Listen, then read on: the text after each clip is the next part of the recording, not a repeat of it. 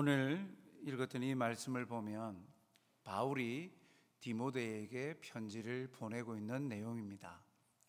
첫 번째 편지의 내용인데, 바울이 자기를 소개할 때 그리스도의 사도다, 또 이방인의 사도로 부르심 받았다 라고 이야기를 하면서 가장 대표적으로 고린도전서의 말씀을 보면 나의 나된 것이 모두 다 하나님의 은혜다 라고 말합니다. 자기가 지금 현재 있는 자기의 모습을 하나님의 은혜로 되어졌다, 그래서 은혜의 사람이라 말을 할 수도 있겠죠. 오늘 본문에도 보면 그 하나님의 은혜가 얼마나 크고 놀라운지에 관하여서 그가 먼저 고백하고 있습니다. 오늘 말씀을 통해 참으로 이 바울 사도뿐만 아니라 하나님을 믿는 우리 모든 그리스도인들의 삶의 고백들이 또한 어떠해야 하는가 하는 것을 함께 묵상해 보았으면 좋겠습니다. 오늘 그는 먼저 하나님 앞에 감사한다 라고 감사의 표현을 먼저 돌리고 있습니다. 1장 12절에 보니까 나를 능하게 하신 그리스도 예수 우리 주께 내가 감사함은 나를 충성되이 여겨 내게 직분을 맡기심이니 라고 말씀합니다. 감사하다, 그가 감사하는 이유를 첫 번째로 보면 오늘 본문을 보면 사실은 자신을 능하게 하신 것, 둘째는 자신을 충성되이 여겨 주신 것, 셋째는 자기의 직분을 주신 것, 이렇게 말을 할 수 있습니다만 한 가지로 말하면 직분을 주셨다, 직분을 주신 것에 감사하다라고 말합니다. 바울에게 직분, 어떤 하나님의 직분을 주셨습니까? 복음을 증거하는 사도로서의 직분을 주셨죠. 특별히 이방인들 향하여, 유대인들 이외의 이방인들을 향하여 복음을 증거하는, 예수님이 주와 그리스도 되심을 증거하는 이방인의 사도로 또 부르셨고, 그러한 직분을 받았다라고 그는 그것을 감사함으로 고백하고 있습니다. 우리 중에도 사실 이 직분을 받은 분들이 참 많이 있습니다. 오늘 헌신 예배를 드리는 우리 디모데 회원들 한 사람 한 사람 보니까 모두 다 교회 안에서 직분을 받았죠. 집사의 직분, 서리 집사의 직분과 또 안수 집사의 직분을 받았고, 또 각자 또 교사로서의 또 직분도 받았고, 또 찬양팀, 방송, 여러 가지 분야에서 섬길 수 있는 그러한 직분들을 받았습니다. 그 직분이 어떠한 것이든지 우리는 주님이 이 직분을 주셨다라는 것을 다시 한번 묵상해 보면 12절 말씀을 한번 다시 비춰 주십시오. 직분을 주셨는데 어떻게 해요? 나를 충성되이 여겨서 직분을 주셨다. 하나님께서 직분을 주신 것은 충성된 자들에게 직분을 주셨다라는 거예요. 내가 직분을 가지고 있다는 이야기는 하나님께서 나를 충성되이 여기신다라는 말입니다. 참 얼마나 이것이 감사한 일입니까? 그런데 이 말씀의 전반에 보면 나를 능하게 하신 그리스도 예수 우리 주께 감사한다 그랬어요. 이 직분을 그냥 주신 것이 아니라 직분을 감당할 능력까지, 행할 수 있는 능력까지 주셨다. 그냥 거저 직분을 주신 것이 아니라 그 직분을 행할 수 있는 능력도 함께 주셨다라는 거예요. 그러니까 이 바울은 감사하고 있어요. 오늘 함께 예배를 드리는 성도 여러분, 또 헌신 예배 드리는 디모데 회원 여러분, 여러분들은 직분에 대해서 어떤 생각을 가지고 있습니까? 당연한 것처럼 여깁니까? 신앙생활 몇 년이 지나면 당연히 평신도에서 일반 성도에서 집사 직분을 받는 것 당연하다 여깁니까? 당연한 것 아닙니다. 교회가 또 시대가 흘러가면서 잘못되어져 가면서 교회의 직분은 섬기는 자리이고, 그리고 하나님께서 충성되이 여기고 하나님을 진실로 사랑하고 섬기는 자들, 성도를 섬기라고 직분을 주셨는데, 교회 안에서도 이상한 조류가 흐름이 흘러나와서 명예직으로, 그리고 직분을 주면 잘 섬길 것이라고 자칫 오해할 수 있는 요지들이 참 많은 시대를 우리는 살아가고 있습니다. 절대로 교회 안에서의 직분은 어떤 명예직도 아닙니다. 그냥 어떠한 자기의 위치를 자리매김해 주는 세상적이 말하는 지위가 아니에요. 직분은 주님의 몸된 교회를 또 성도들을 위하여서 섬기라고 주님이 주신 은혜의 선물입니다. 서리 집사, 설이라는 말이 인시라는 말이죠. 그래서 사실은 1년마다 직분을 또 임명을 하는 게, 그래서 서리가 붙는 거예요. 집사의 직분들은 그 교회 안에서 맡은 바 역할들, 감당해야 될 부분들이 참 여러 가지로 많습니다. 기본적으로 봉사하는 부서들, 섬길 수 있는 일들을 많이 하게 하죠. 너나 내나 다 집사라고 이것이 흔한 직분이라고 가치가 없는 것이 아닙니다. 바울은 집사이기 때문에 이야기를 하는 것이 아닙니다만 이 개념은 다 동일합니다. 바울은 자기에게 주신 이 직분을요, 하나님께서 나를 충성되이 여기셨기에 나에게 직분을 주셨다. 그래서 나는 감사한다 라고 고백하고 있어요. 직분 맡은 자들이 그러한 고백이 우리 가운데 있어야 되죠. 그리고 더불어서 나는 할 수 없습니다. 나는 할 수 없죠. 주님이 함께 하시면 할 수 있죠. 능하게 하신 주님, 능력도 함께 베풀어 주신다라는 거예요. 그렇기에 그 직분이 어떠한 것인지 우리는 주님이 우리를 충성되이 여겨서 직분을 맡겨 주셨음에 우리는 감사함으로 고백하며 나가야 됩니다. 뿐만 아니라 그 직분에 합당하게 섬길 수 있는, 직분의 가치에 합당한 삶을 살아갈 수 있는 능력을 주께서 주신다라고 믿는 믿음의 고백도 함께 가져야 됩니다. 그래서 주님과의 친밀한 자리를 통해서 교제하면 그 직분을 감당할 능력을 주시죠. 그런데 놀라운 사실은 그 직분을 감당할 수 있는 지혜와 건강과 또한 여러 가지 환경까지도 다 만들어 주신다는 거예요. 나는 이런 일이 바빠서 못해요.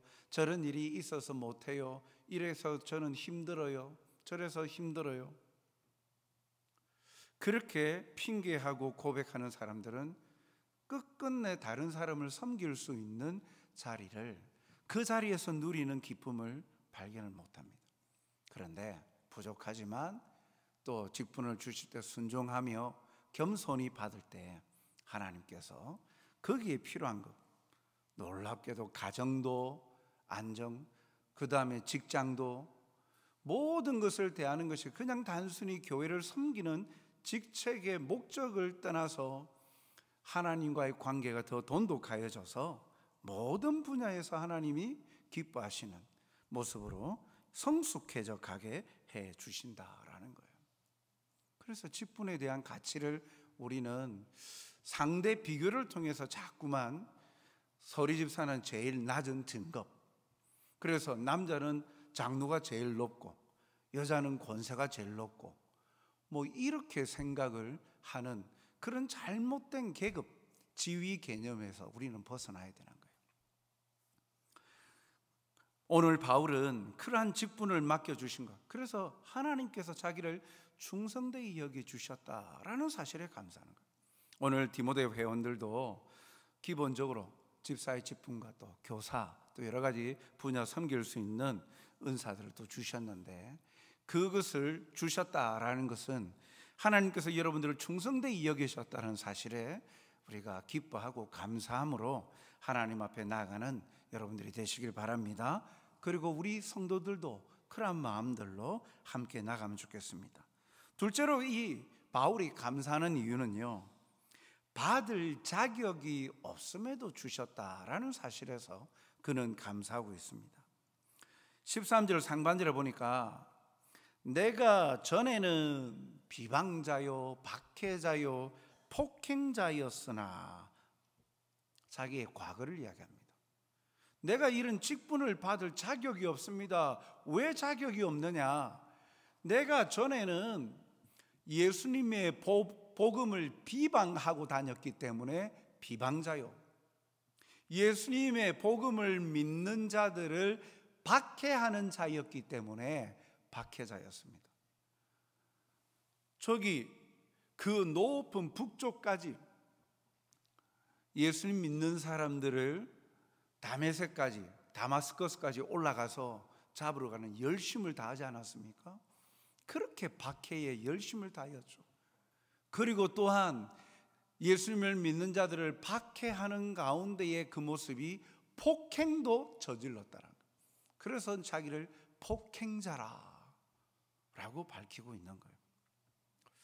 과거의 자기 모습을 이렇게 고백한 바울은요, 그러함에도 13절 하반절에 보니까 도리어 이러한 자였지만 도리어 하나님에게 긍휼을 입은 것은 내가 믿지 아니할 때에 알지 못하고 행하였습니다. 그래도 하나님께서 내가 예수님이 누구이신지 복음을 알지 못한 상태에서 행한 행동이라고 하나님은 보셨기에, 그래서 용서해 주시고 긍휼을 베풀어 주셔서 나를 직분자로 세워 주셨다. 거기에 감사한다라고 말합니다. 행한 일만 놓고 보면 바울은 즉시 죽어 마땅한 사람이었습니다. 바울이 다메섹에서 예수님을 만났을 때, 그 예수님을 믿는 자들을 잡으러 가는 그 길에서 예수님을 만났을 때 예수님께서 바울에게 뭐라고 말씀하셨습니까? 사울아 사울아, 네가 어찌하여 나를 박해하느냐, 핍박하느냐 했어요. 바울이 직접 예수님을 핍박했습니까? 아니지 않습니까? 예수님 믿는 사람들, 교회를 핍박했죠. 그런데 예수님은 교회를 핍박하고 자신을 믿는 성도를 핍박하는 것을 곧 자기를 핍박하는 것으로 여기셨다는 거예요. 하나님의 아들이신 예수님을 직접적으로 핍박하는 일을 어떻게 살려두겠습니까?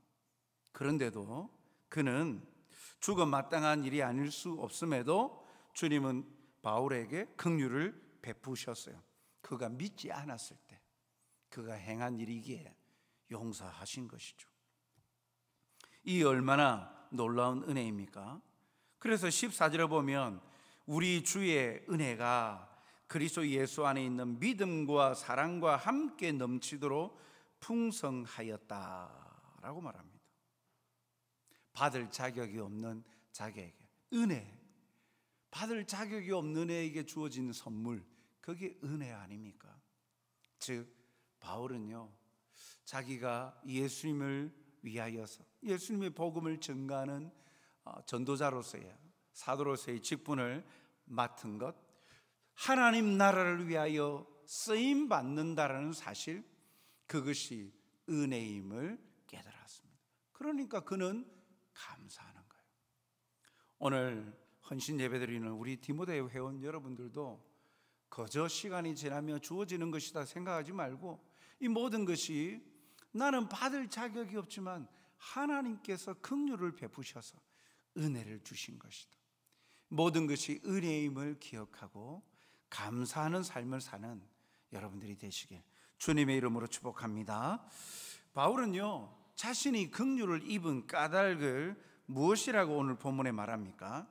16절에 보니까 우리 같이 읽겠습니다. 16절, 그러나 내가 긍휼을 입은 까닭은 예수 그리스도께서 내게 먼저 일체 오래 참으심을 보이사 후에 주를 믿어 영생 얻는 자들에게 본이 되게 하려 하심이라. 아멘.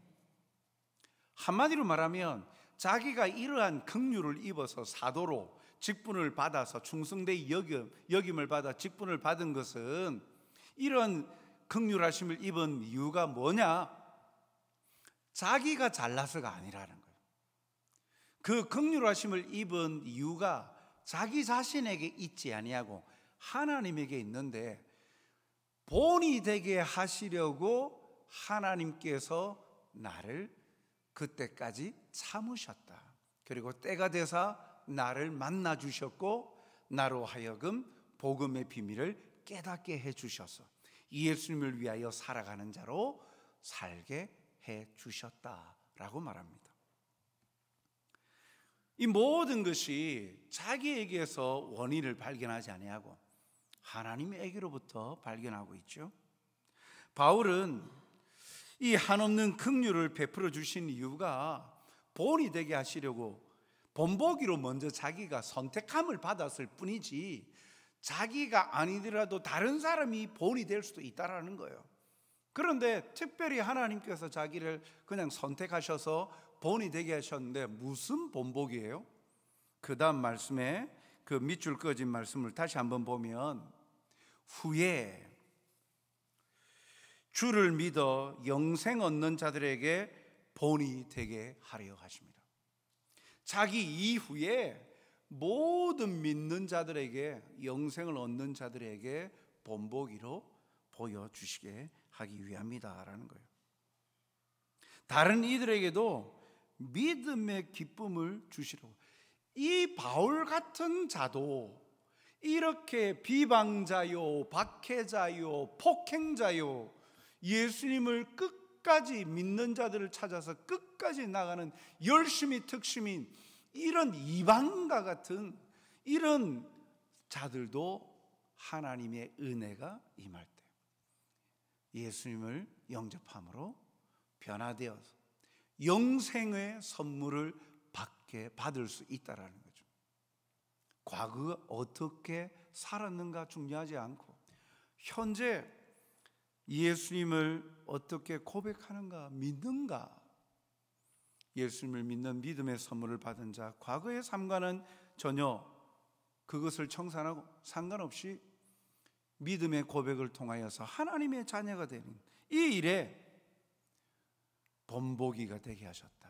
바울도 이와 같은데 너희들도 충분히 예수님을 만나기만 하면 영생의 비밀, 영생의 선물을 얻을 수 있다. 모든 세대에 자기가 어떤 인생을 살았든지 예수님을 믿으면 하나님의 자녀가 되고 하나님의 영광을 누릴 수 있는 자녀로서 살 수 있음을 보여주게 하시려고 자기를 본보기로 삼으셨다라고 말하고 있는 거예요. 그래서 자기는 긍휼을 입었다라고 말합니다. 15절 상반절에 그러면서 이보다 모든 사람이 받을 만한 이 말이여 그리스도 예수께서 죄인을 구원하시려고 세상에 임하셨다. 미쁘다, 믿을 만한, 신실한, 진실한, 믿을 만한, 받을 만한 말씀이 있는데 그게 뭐냐? 예수님이 죄인을 구원하시려고 이 세상에 오셨다는 그 사실이 얼마나 감사한지 모른다라고 바울은 고백하고 있어요. 왜요? 자기가 죄인이기 때문에. 자기가 그렇게 고백하죠. 15절 하반절에 죄인 중에 내가 괴순이라. 죄인 중에 최고 대장이다. 그럼에도 불구하고 하나님은 나 같은 자를 구원해 주시려고 예수님이 이 땅에 오셨다. 이것은 우리가 믿을 만한 말이고 이것은 우리가 얼마나 감사한 말인지 모른다. 그 은혜로 말미암아 내가 구원을 받았고 영생의 비밀을 알게 되었고 지금 직분을 받아서 되려 이제는 이 소식을 전달하는 전달자로 살아간다. 그래서 나는 이 모든 것이 하나님의 은혜이기에 감사함으로 살아라. 그러니 너희도 감사의 삶을 살아라. 이런 은혜임을 깨닫고 감사함으로 살아라 라고 권면하고 있는 것입니다. 사랑하는 성도 여러분, 오늘 또 헌신 예배를 드리는 디모데 회원 여러분, 예수님이 죄인을 구원하러 이 땅에 오셨다, 이 세상에 오셨다, 우리에게는 어떤 감동이 있습니까? 너무나도 잘 알고 있는 말씀이니까 큰 감동이 없습니까? 그런데 이 사실은, 우리가 부정할 수 없는 사실은, 그것이 진실이며 더불어서 이 땅에 오셔서 십자가에 죽으시고 부활하심으로 말미암아 우리 같은 사람도 구원을 받아 영생의 선물을 받게 되었다라는 것이죠. 시간이 지나고 흘러도 이 사실을 우리는 잊지 말아야 되고, 이 말씀의 가치를 우리는 평가절하해서는 아니 됩니다. 무슨 말이냐면, 기본적으로 삶의, 신앙의 감사, 모든 것이, 이 되어진 모든 것이 하나님의 은혜임을 깨닫는 그러한 감사의 삶을 사는 자가 되어야 되는, 그것을 우리에게 말씀하시죠. 바울의 고백이 말해주듯 내가 얼마나 큰 죄인이었는지, 하나님이 그런 나를 얼마나 놀랍게 변화시켜 주셨는지를 깨달으면 깨달을수록 하나님의 은혜는 더 크게 다가옵니다.